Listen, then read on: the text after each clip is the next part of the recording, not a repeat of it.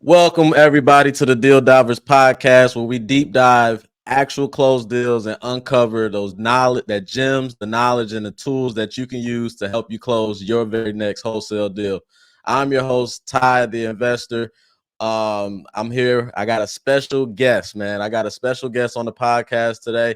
He's our first guest that I've brought onto the podcast. We are on episode 5, I believe. The other 4 episodes were just deals that I've closed and broke down. But this episode is very special because we got somebody who I've been knowing for probably like 2 years now. He's been killing it since I've known him and never gave up, kept going. He's currently a member in my Discord community. Been killing it. He just randomly posts deals out of nowhere. Doesn't really say too much, but when he closes a deal, he makes sure he posts that check. And we're going to break down his deal that he closed for $10,000. All right. $10,000 in 3 weeks. Okay. So he's going to give us a deep dive of that. But before we jump into that and introduce him, make sure you like the video, share the video, and subscribe to the channel so we can start pumping out more videos. And especially if you found this video valuable and got some tips and things like that, it helps the channel. So without further ado, I'd like to introduce my guy, Darren, man. What's going on, bro? What's up, man? What's going on, man? Thank you for having me on. For sure. How you doing? I'm doing all right, man. Just chilling. Not too Business much. good, obviously. Yeah, it's doing all right. It's steady, staying steady. Yeah. So let's jump into this, man. I want to get into some of your before we get into the actual deal. I kind of want to get into like how you got started with wholesaling. Like what got you into wholesaling? What kind of put you up on wholesaling? Man, I think I was just like watching some videos and like I took somebody's course like before I really got started and I kind of got the gist of it and I was like, okay, this sounds interesting. This sounds like something I could do. All right, I want to, it piqued my interest. So I was like, all right, let me try it. I never really dived into it because I didn't really know like all the steps, but it just caught Mhm. my attention. But like really, I kind of think you kind of really basically put me on with the systems and how to get everything set up and how to really start like getting a deal. So like really, I took a course or two, but like really you kind of like, hey, this is what you need to get, this is what you need to do, this is what you need to follow in order to get a deal quick. So that's really what it was. Kind of mainly you. How long have you been wholesaling? I think what probably maybe started maybe last year, probably about a year or so now. So Mhm. yeah, I'm probably about And a so year. how many deals have you closed to this point? I think nine. I think it's been about about nine this year. So 9 this year? yeah, Killing. about one a month. But I'm by myself though, so I'm doing everything pretty much. I mean, I got a couple cold calls, but I ain't got no big team or nothing. It's just me. Hey man, what deal a month? You closing 10,000 plus deals a month? That ain't bad, brother. You on pace for Yeah, a six figure year yeah, yeah. That's pretty good for especially the first year. But I don't know. It's kind of time to step it up, time to turn it up a little bit. for sure. Are you doing it full time or are you doing it part time?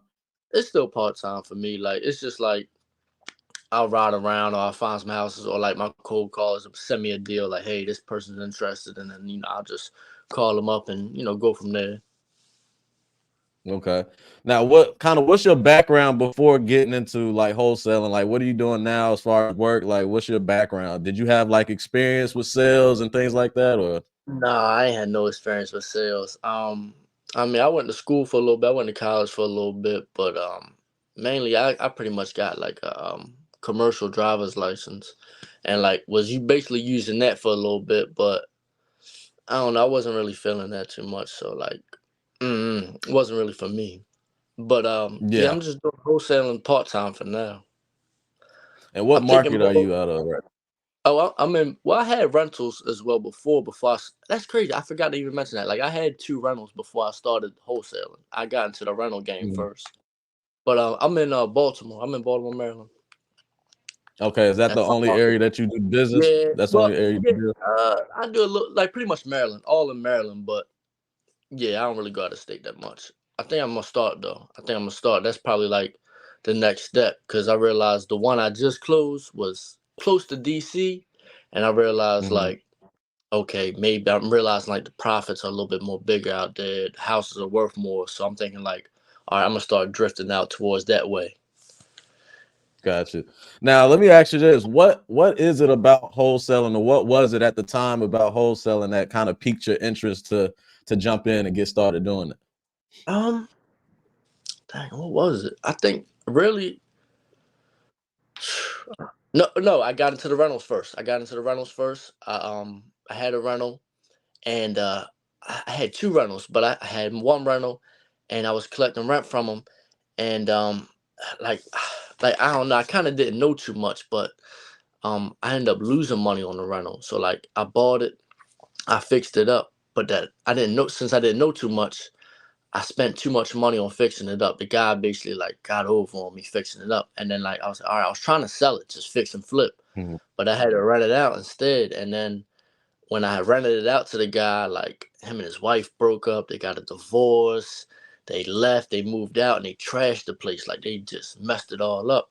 And I ain't really, because I put all my money into fixing it, so I was like, dang, I kind of lost. I had to sell the house for less than I bought it for, so I kind of lost out. I'm like, all right, there's got to be another way to just get my feet back right from losing the rental.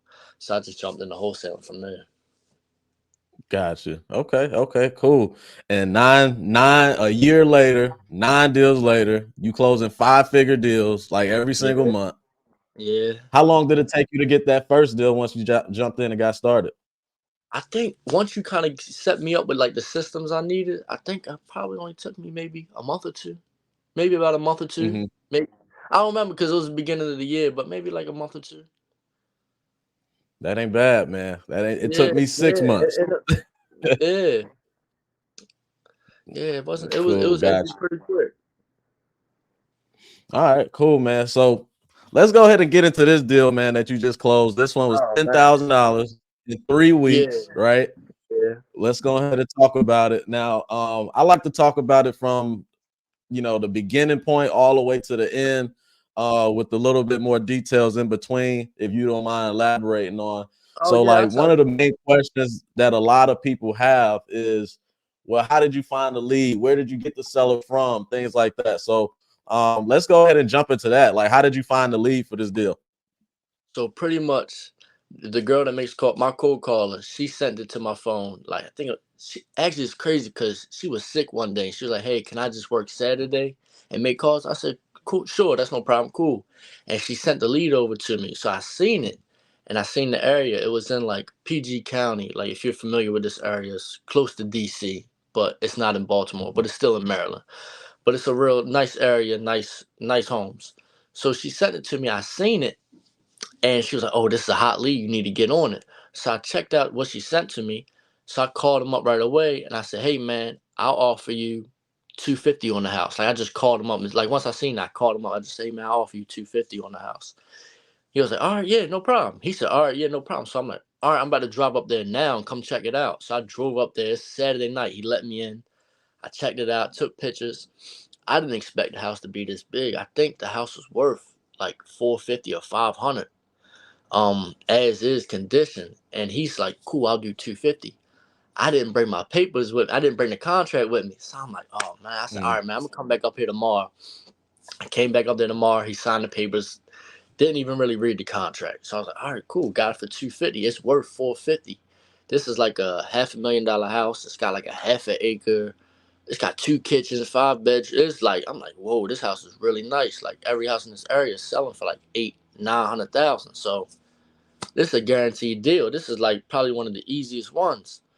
So I'm like, cool, I get it signed. I find a buyer. My buyer's in that area and he buys in that area. So he's like, "Hey man, I'll buy from you for 270 right now." I was like, "All right, cool." I got it for 250, 270. I'm like, "All right, it's cool. Quick 20,000, get it out the way."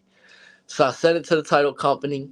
Title company starts reviewing it and they're Hold on, trying to hold on. get the We're gonna stop right Oh, there. Hold on, oh, hold on, go hold ahead. on. We're gonna back it up. We're gonna Oh, back go it ahead. up. So, what as far as the lead type, what type of list did your cold caller market to? What type of list did you pull to find this particular seller? Now I pulled the list off of PropStream. I don't remember exactly what list it was, but he was in. but he was actually in foreclosure, well, pre-foreclosure, but he was actually in foreclosure. Like the bank was about to take the house back. Did he live in it or was it rented? Yes, Was he it a was. rental? No, he owned it. He owned the house, Mm-hmm.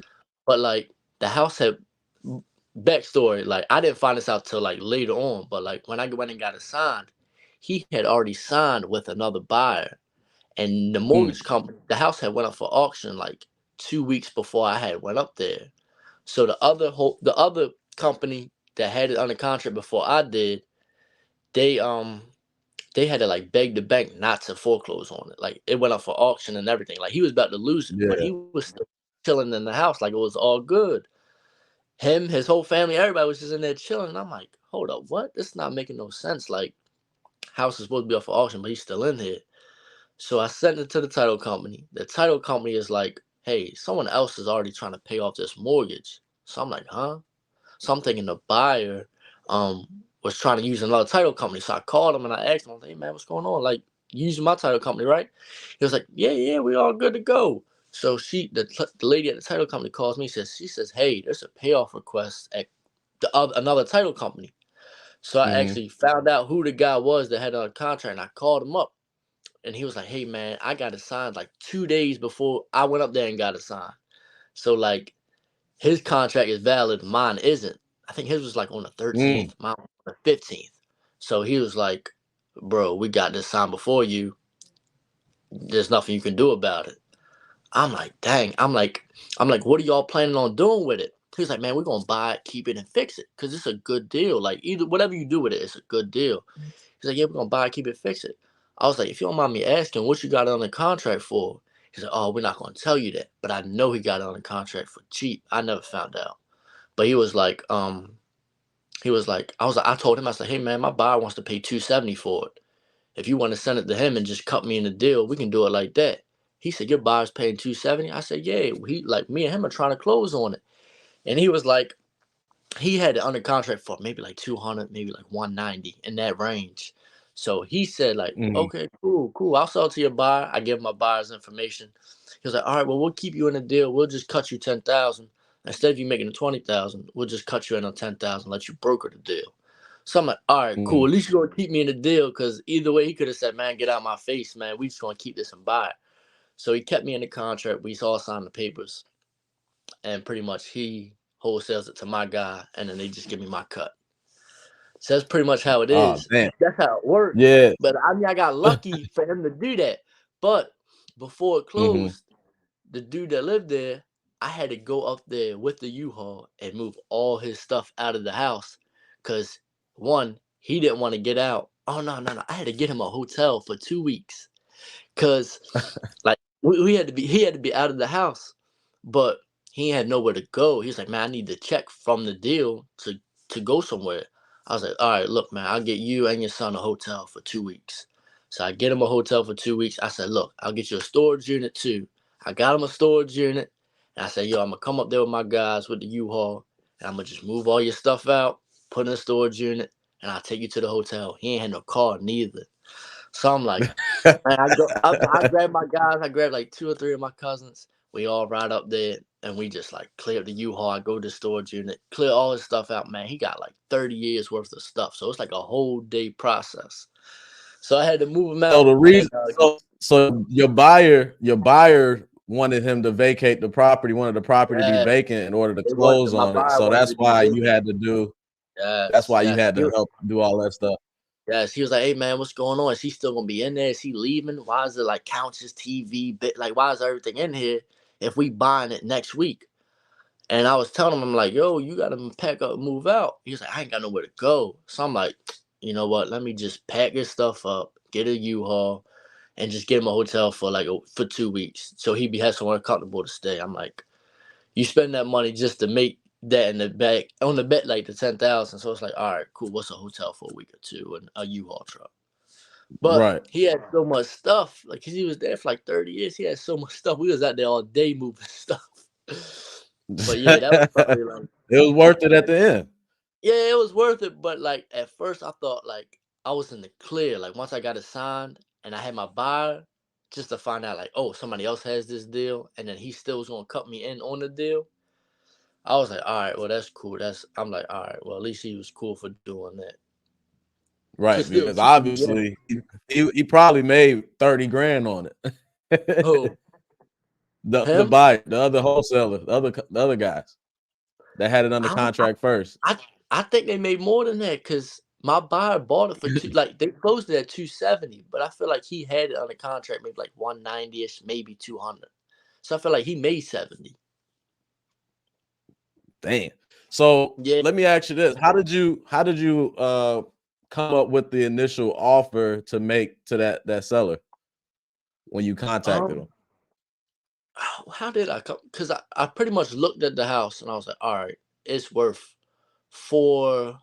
I think it's worth like 450, 500,000 as is, nothing done. Cause it had a half an acre of land. Like it had a this was a nice house. His parents actually passed away and left it to him. And I guess he just wasn't Mm, paying the pay, he wasn't making the mortgage on it. And when my cold caller sent it to me, she was like, oh, he don't want no low ball offers, at least over 100,000. So I just really ran my numbers, checked it out. I'm like, hold up, he just wants something over 100,000. And I'm like, the house is worth 500,000. So I'm like, I'm gonna just cut it in half, like, yo, 250. And he said, all right, cool, I'll do 250. right. And that's really as simple as it was.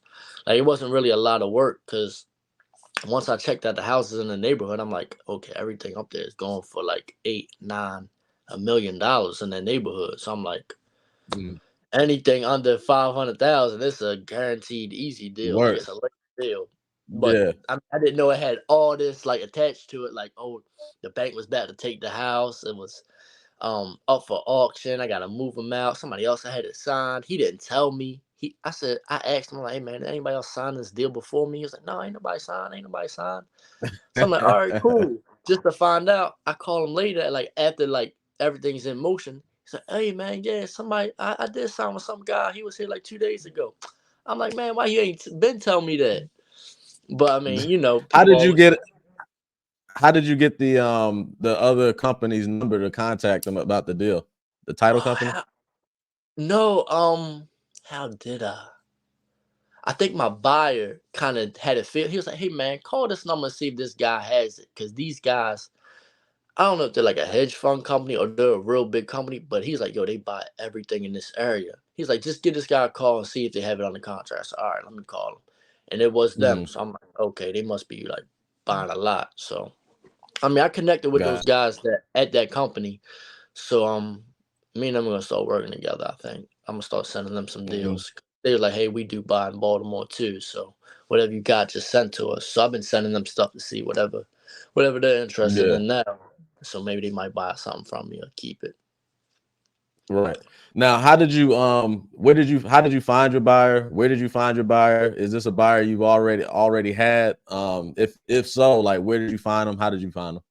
I think I had a deal before in Baltimore, and he hit me up about it, and I just had his number saved. Like I had his number saved. He didn't buy one of my old deals from me, but I was like, all right, let me just send this to him, see if he's interested in it, because I know he has like a real big like community of people that he works with, and all his people are Mhm. like mainly like contractors. I know he does a lot of like new development, new construction. So I'm like, all right, he would be interested in it. And he like told me, he's like, hey man, he's like, I like Baltimore, but like let me get something in like outer Maryland. So I'm like, all right, this is outer Maryland, like in PG County.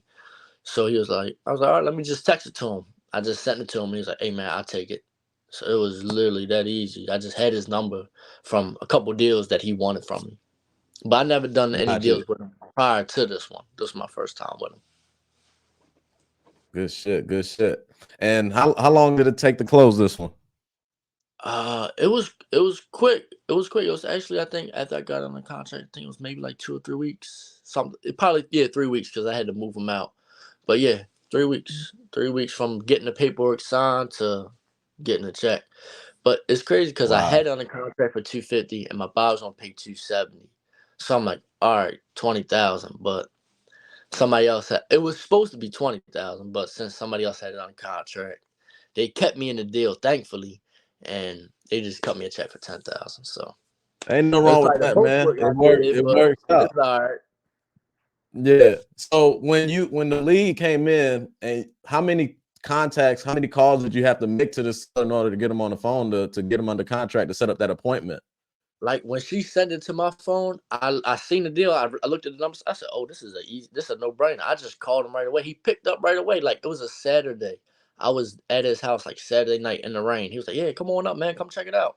Like you know how it goes. It never happens Yeah. that smooth. It never happens that easy. Nobody answers the phone. Nobody texts.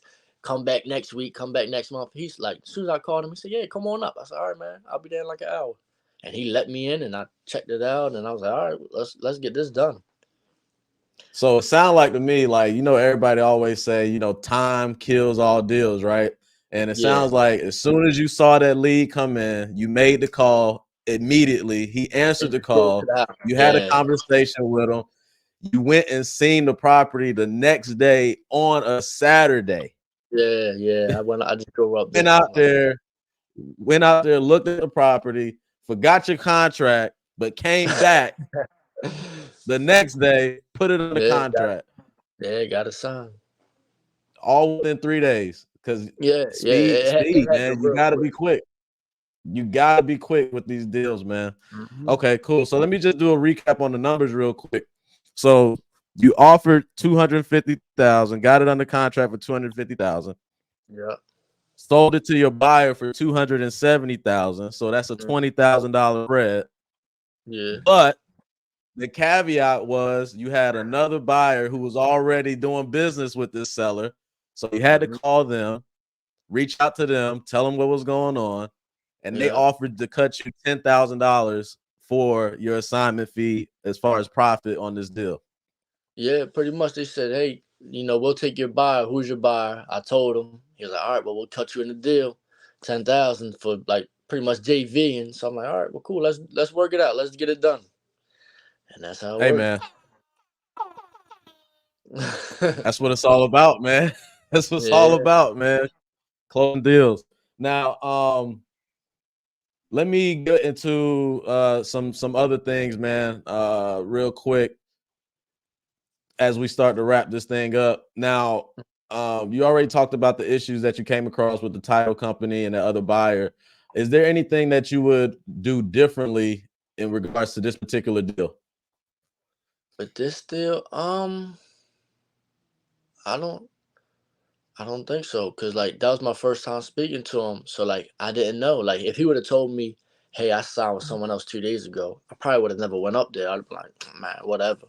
But like Right. him not telling me kind of worked out. Like I wish he would have never signed with him, but it's all good. But like I don't think I could have been nothing different, cause like I literally like it's crazy, cause like the buyer, the seller, like they didn't want to talk to him or deal with him, cause like he had a lot going on. Like he had nowhere to stay. But I'm like, man, he was a cool dude to me. So I'm like, man, I'll get you a hotel. I'll move. Like I did all the legwork. Like I found the Yeah. deal. I found the buyer. I moved him out. Got him a hotel. Even got his son a hotel. Helped him move his son out. So it's like it's literally I did everything in the deal except for like get it signed first. So I feel like I did everything I could have did. And then, I Like, mean, nothing I really I've done missed that out. before too, right? Like, Yeah, I've helped sellers like move. I've yeah, gotten U-Hauls. I've gotten storage units. Me and a yeah. couple I've of done my it a couple guys times. went to move stuff for sellers and stuff like that. That's part of providing the value, right? If you want to get these Yeah, deals done and get them you done got quickly, you you got to do got to the do extra what you work. got to do. You got to do what other people aren't willing to do. Sometimes you're going to have to front that money up front for that Yeah, check to come in the next week or so. You know what I'm saying? And you yeah, have to do that. I yeah. mean, I Sometimes don't. you got to put cash in his It's pocket. worth it to me. Yeah. Because in the long run, it's like, all right, you spend a couple $100, you gonna make it back on the end like in 2 weeks. Like, who cares? For sure, for sure. Congratulations on that. Now, Yeah. as we get into the wrap up, man, what advice would you offer someone looking to close their first deal? Obviously, So you've been there before. I mean, you're 9 deals in now. You're a year in now. What is some advice would you offer somebody looking to close their first one? I would just say, pretty much don't be shy. and just start talking to people. Like that would be the best advice. Like don't be shy, don't be nervous, because sometimes like if you never close a deal, you realize that okay, these are big numbers. These are 100, 200, $300,000 houses. These are people homes. So it's like don't be shy, don't be scared of the numbers. Just get in front of people, talk to them, and make some offers. Like a lot of people are gonna tell you no. Like you're gonna hear way more no's than you hear yes. But all it really takes is one yes. So like if you keep on hearing no, no, no, no, get out my face, get out my face, eventually somebody's gonna be like, yeah, you know what? I will sell with you. And I mean, that'll be your deal. And once you get a deal and you get it done, you get it closed and you get the check, then you realize like, okay, I can do this. Now it's time to go harder. It'd be like a little motivation from you. So it's like, all right, now I can just go harder because I got a check. Let me just go get another one. Let me go get another one. Let me go get another one. And just do it like that. Just Fact. don't be shy, nervous, and pretty much just talk to people, and let people talk to you because people like talking about themselves. That's what I realized. Like They love it. let people ramble on about like what they do or what they got going on. Like they'll tell you all their problems. They're gonna tell you everything. Just sit back and listen. Yeah, pretty much. Let them talk. All right. Next thing, if you were starting over today, what steps would you take to close your first deal? Oh, I would drive around more. I would get in my car and like literally drive around and just write down the addresses. That's like what I would do. Right. Like I kind of didn't do that at first, so I'm like now I realize like okay, I think I closed like a couple deals this year just riding around, finding the house, writing the address down, calling them up. Like that's what I would do like straight from the jump now. That's probably the quickest way to get a deal. So looking for properties in your area, in your Yeah, neighborhood yeah, that's wherever you like live beat at. up, distressed. Yeah, just look up for beat up, distressed houses. Just ride around. Like if you're not doing nothing on the weekend, gas up the car, fill up the tank, and just ride around, write down the addresses.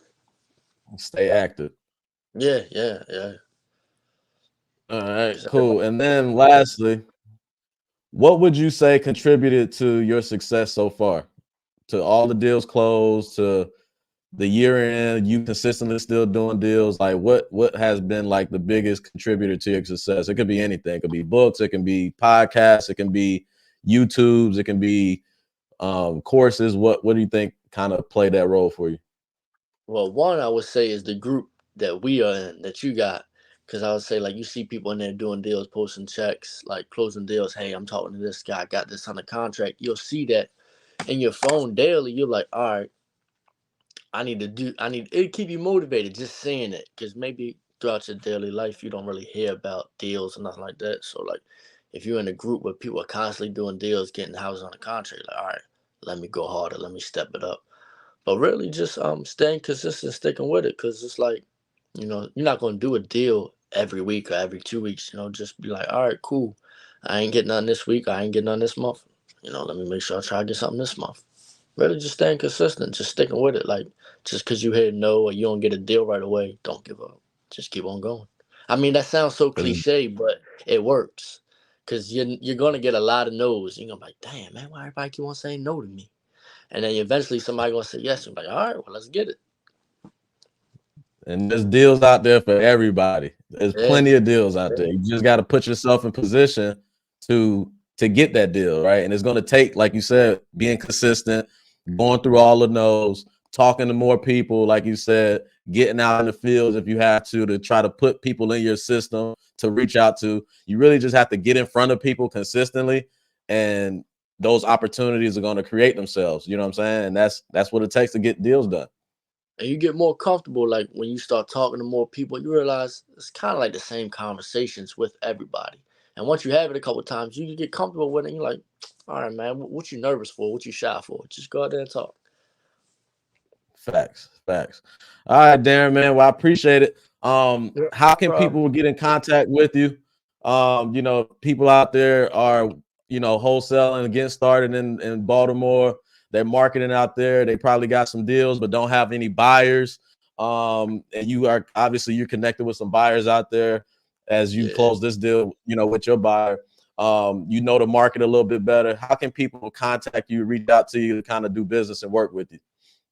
Man, you can just DM me on Instagram, and if you want to work, you know, if you really want to work, then you can just get my number and we can just text or call. But I got an Instagram. It's just I probably need to change the name, but it's Mind of a Maniac 7. They just DM me on Instagram. Man, if you really want to work, just hit me up in the DMs, and you know we can go from there. Mind of a Maniac 7.